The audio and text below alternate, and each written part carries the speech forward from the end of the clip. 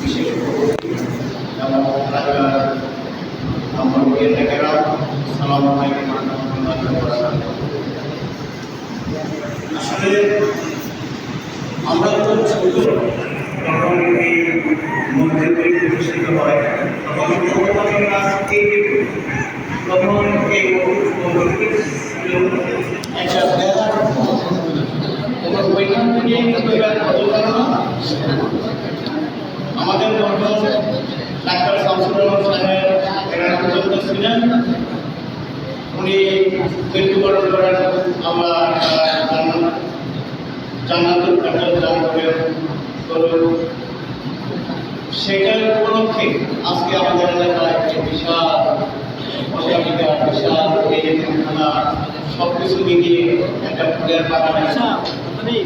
আমার বিশ্বাস এলাকার প্রতিটি মানুষ যদি আমরা সর্বোচ্চভাবে এগিয়ে আসি তাহলে আমাদের এই মাদ্রাসায় এখানে কোনো প্রকার অভাব অনটন বিশৃঙ্খলার সৃষ্টি হওয়ার কথা না।